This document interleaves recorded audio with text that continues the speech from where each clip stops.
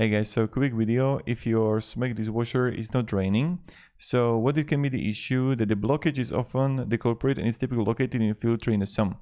Other types of obstruction can be found in the waste pipe where it's connected to the pipework under the sink or within the drainage hose. So, and that could be also like the issue the drain pump. So you just want to look for the culprit as a typically located filter in the sump, and even the waste pipe can be the issue, and even the drain pump. So these are the things that you can like search on YouTube, how to look at it, how to change it, how to inspect it. But this can be the reasons why it's not draining.